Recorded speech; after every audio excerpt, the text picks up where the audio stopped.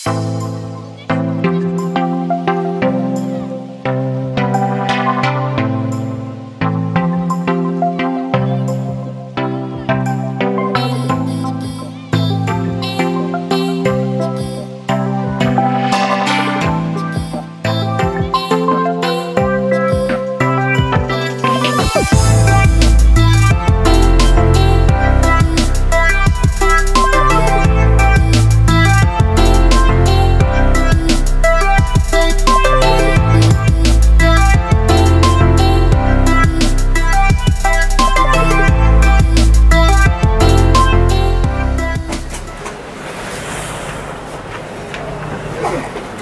আলাইকুম, Hasan ব্লগসের brand new একটা ভিডিওতে আপনাদেরকে আমন্ত্রণ জানাচ্ছি।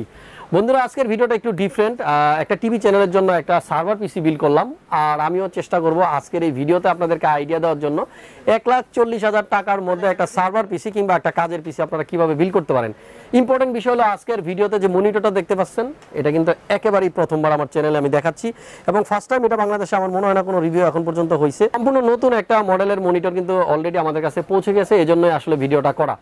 যারা নতুন দর্শক আছেন আমার এই ভিডিওতে, তারা অবশ্যই আমার চ্যানেলটি সাবস্ক্রাইব করে পাশে থাকা নোটিফিকেশনটা অন করে দিবেন, তাহলেই কিন্তু আমার করা সব ভিডিও আপনি সবার আগে পেয়ে যাবেন। ফেসবুক পেজটাতেও ফলো করে রাখবেন, আশা করতেছি কোনো ভিডিওই আর আপনার দ্বারা মিস হবে না। তো চলুন শুরু করা যাক আজকের ভিডিও।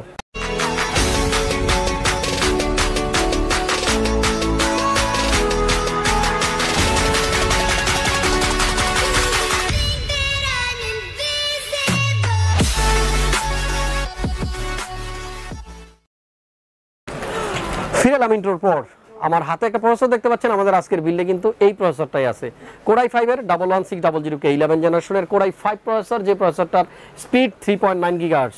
আসলে ব্যাপারটা হলো যে এখানে কিন্তু অন্য প্রসেসরও ইউজ করা যাইতো, বা আমরা অবশ্যই অন্য কোনো প্রসেসর ইউজ করব, তবে যার জন্য পিসি বিল করা তাদের রিকমেন্ড অনুযায়ী কিন্তু পিসিটা বিল করা হয়েছে। আমি জাস্ট আইডিয়া দেওয়ার জন্য আপনাদেরকে ব্লগটা করতেছি। আমাদের মাদারবোর্ড আপনারা দেখতে পাচ্ছেন ব্যাক সাইডে রাখা আছে ROG Strixের Z590F গেমিং ওয়াইফাই। এটা আসুসের চমৎকার একটি মাদারবোর্ড, যেটা গেমিং পারপাসও আপনারা চাইলে ইউজ করতে পারবেন, কিংবা হেভি ওয়ার্কের জন্য যদি কোনো পিসি বিল করেন তাহলেও নিতে পারেন। Z590F গেমিং এই মাদারবোর্ডটার স্পেশাল কিছু দিক আছে, আমি যদি একটু ভিতরের দিকটাতে দেখাই, দেখেন এইখানে কিন্তু ROG যে লোগোটা আছে এটা কিন্তু RGB জ্বলতেছে, কালার চেঞ্জ হচ্ছে।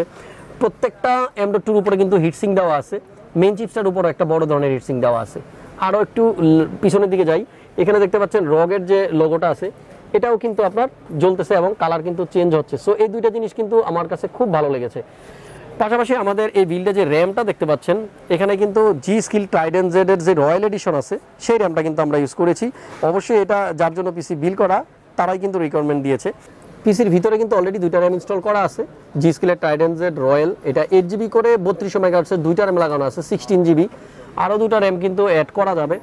সো আপাতত এই দুইটা র্যাম 16GB 8GB করে 3200 MHz এর রয়্যালের Trident Z RGB দুইটা র্যামই কিন্তু আছে। আমাদের আজকের বিল্ডে আমরা যে পাওয়ার সাপ্লাইটা ইউজ করতেছি এটা কুলার মাস্টার ব্র্যান্ডের, আর এটা 550 ওয়াটের 80+ বোন certified power supply. 5 years warranty আছে এই পাওয়ার সাপ্লাইটার, নন মডিউলার একটা পাওয়ার সাপ্লাই। আমাদের পিসির ভিতরে কিন্তু আমরা অলরেডি ইনস্টল করে রেখেছি পাওয়ার সাপ্লাইটা।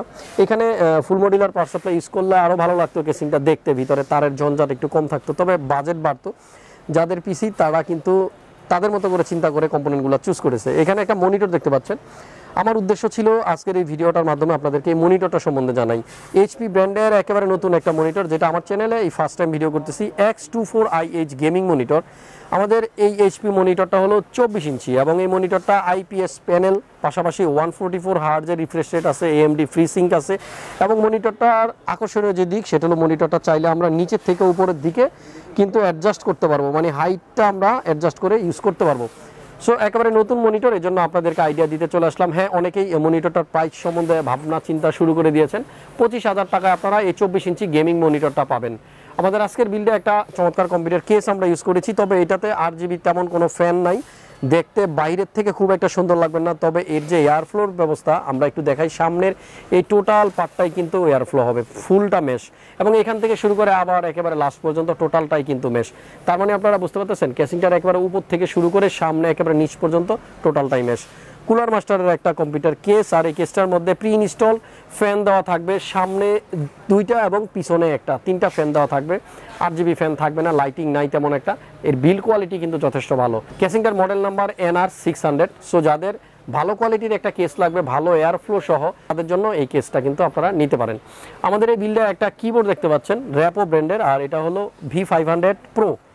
এটা মেকানিক্যাল RGB একটা কিবোর্ড, প্রাইস 2500 টাকা। আমি প্রত্যেকটা কম্পোনেন্টের প্রাইসই কিন্তু আপনাদেরকে লিখে দিয়েছি, সেখান থেকে আপনারা কালেক্ট করে নিতে পারবেন। এবার SSDটার কথা বলি।